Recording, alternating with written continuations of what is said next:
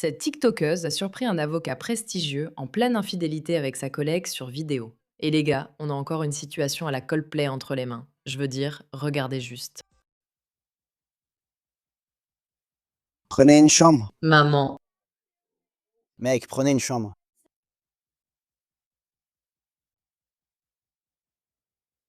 Non, non, il y a des enfants autour. Non. Désolé, il y a des enfants autour. Ne me touche pas. Ne me touche pas. Si tu me touches, je dois aussi te toucher. Allez, prenez une chambre. Vous vous embrassiez devant des enfants. Non. Je n'enregistre pas. Ouais. T'es clairement en train de le faire. Pose le téléphone. Descends. Je suis perdu, je comprends pas. C'est lui qui embrasse, pas moi.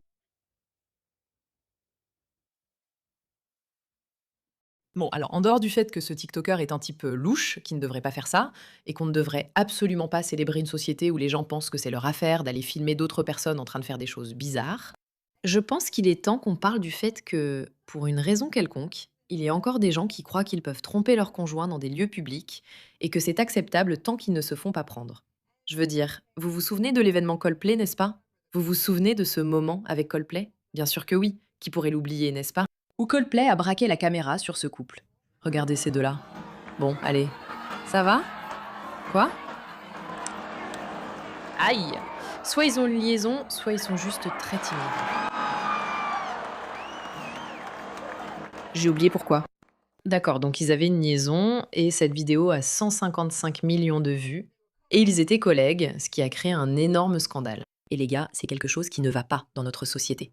Bienvenue dans The Pushback, je suis Meiraka, votre animatrice. N'oubliez pas de vous abonner à la chaîne. Nous avons une annonce très importante à vous faire très bientôt. Alors préparez-vous. Et les gars, vous faites maintenant partie d'un mouvement. Pour résister aux phénomènes étranges en ligne, à la manipulation médiatique et adopter une perspective très rationnelle. Bienvenue, passons aux détails. Voici l'histoire.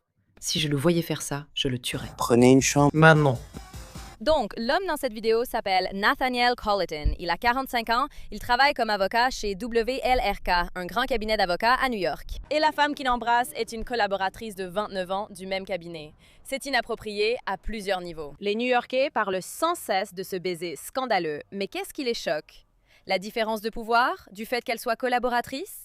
Le baiser a eu lieu sur un banc à Central Park, exactement comme celui-ci, en pleine vue de tous. Et Colleton est marié. La vidéo a été capturée par la TikTokeuse Jay Guapo. Elle a déjà dépassé les 4 millions de vues. Waouh, c'est vraiment culotté. Et ces deux-là ont déjà un passé ensemble au bureau. Elle faisait partie de l'équipe juridique défendant OpenAI et Sam Altman contre le procès de 150 milliards de dollars d'Elon Musk cette année. Voici leur immeuble. Près de ce banc du parc, Colleton a sans doute déjà assez expliqué, ayant été mis en congé administratif, selon le Financial Times.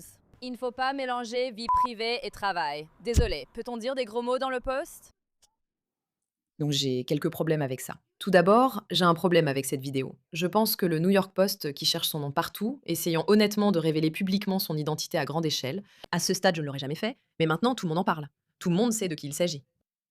Mais essayer de transformer ça en le baiser le plus commenté de New York. Qu'est-ce qui ne va pas chez nous en tant que société? Franchement, pourquoi faut-il que, pour votre propre divertissement, pour faire des vues, vous alliez là-bas et ruiniez la vie de quelqu'un? Écoute, cet homme a pris des décisions stupides qui vont ruiner sa vie, celle de sa femme, de ses enfants et de cette femme pour toujours.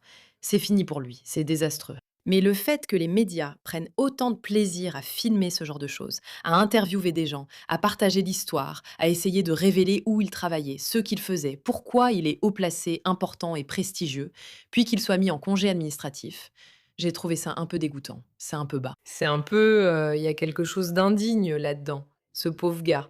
Maintenant, est-ce que t'es stupide? Es-tu stupide de croire que tu pourrais avoir une liaison avec un collègue bien plus jeune, en public à Central Park? Enferme-toi au bureau. Non, tu ne peux pas t'en sortir comme ça. C'est un vrai problème. Tu ne devrais pas agir ainsi. C'est idiot et inacceptable. Mais cela étant dit, je ne pense pas que quelqu'un qui fait des erreurs devrait avoir à subir le regard du public à cause d'un type qui pense qu'il est normal de te filmer au hasard. Je veux dire, ce TikToker, il est aussi bizarre. C'est étrange comme comportement. Aller voir les gens et les filmer comme ça, ce n'est pas tes affaires. Laisse-les tranquilles. Laisse-les tranquilles. Et le fait qu'il fasse des vidéos virales avec ça et qu'il ait des millions d'abonnés parce qu'il fait ce genre de choses un peu malsaines, ça aussi, il faut le dénoncer. Tout ça doit être dénoncé. Les hommes qui trompent doivent être dénoncés. Les hommes qui trompent dans des lieux publics, surtout quand il y a un rapport de pouvoir avec leurs employés, doivent absolument être dénoncés. Les médias qui pensent que ce genre de choses doit être utilisé pour gagner en notoriété, ça aussi, il faut le dénoncer. Les TikTokers qui pensent qu'il est acceptable de violer la vie privée des gens juste pour avoir des vues, eux aussi doivent être dénoncés. Toute cette histoire, pour moi, met vraiment en lumière tellement de problèmes dans notre société et franchement, j'aime pas du tout ça. On ignore si ce gars a perdu son emploi ou s'il est en congé administratif. Mais en 2026, quand tout le monde a son téléphone à la main, tu peux être surpris en train de faire quelque chose de mal, même si ce n'est pas toi qui filmes personnellement. Bien sûr, tu ne veux pas être filmé en train de tromper quelqu'un. Voici la vidéo. Cette TikTokeuse se promène en filmant. Je ne comprends pas pourquoi elle filme ce couple qui s'embrasse sur le banc. Prends-toi un.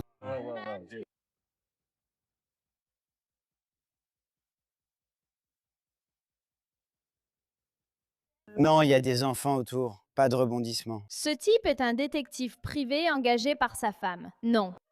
Ce n'est pas vrai. Ce couple décide. De s'embrasser sur le banc du parc. Pourquoi quelqu'un d'autre filme ça? Et je suppose qu'il n'a pas tort. Tu sais, il y a des enfants dans ce parc. Pourquoi vous faites ça ici? Eh bien, clairement, ils ne peuvent pas rentrer chez eux parce qu'ils ne sont pas mariés l'un à l'autre. Un avocat de New York a été surpris en train de batifoler avec une collègue bien plus jeune à Central Park et a été mis en congé. Je n'arrête pas de penser à quel point le New York Post a littéralement détruit la vie des gens.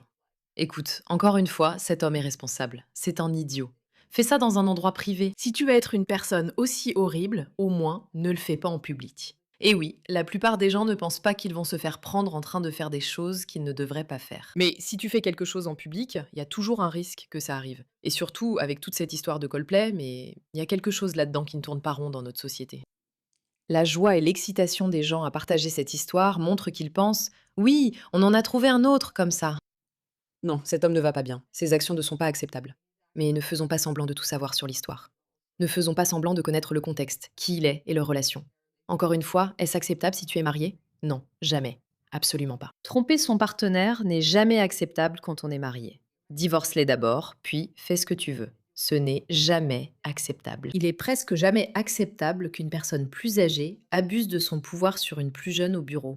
J'ai un problème avec ça. Mais cela dit, je ne pense pas que ce soit à nous tous de décider de sa carrière et de son destin. Je pense que lui et sa famille devraient s'en occuper. C'est à elle et sa famille de gérer ça. Je ne crois pas que ce soit simplement un lynchage public. J'ai vraiment un problème avec ça.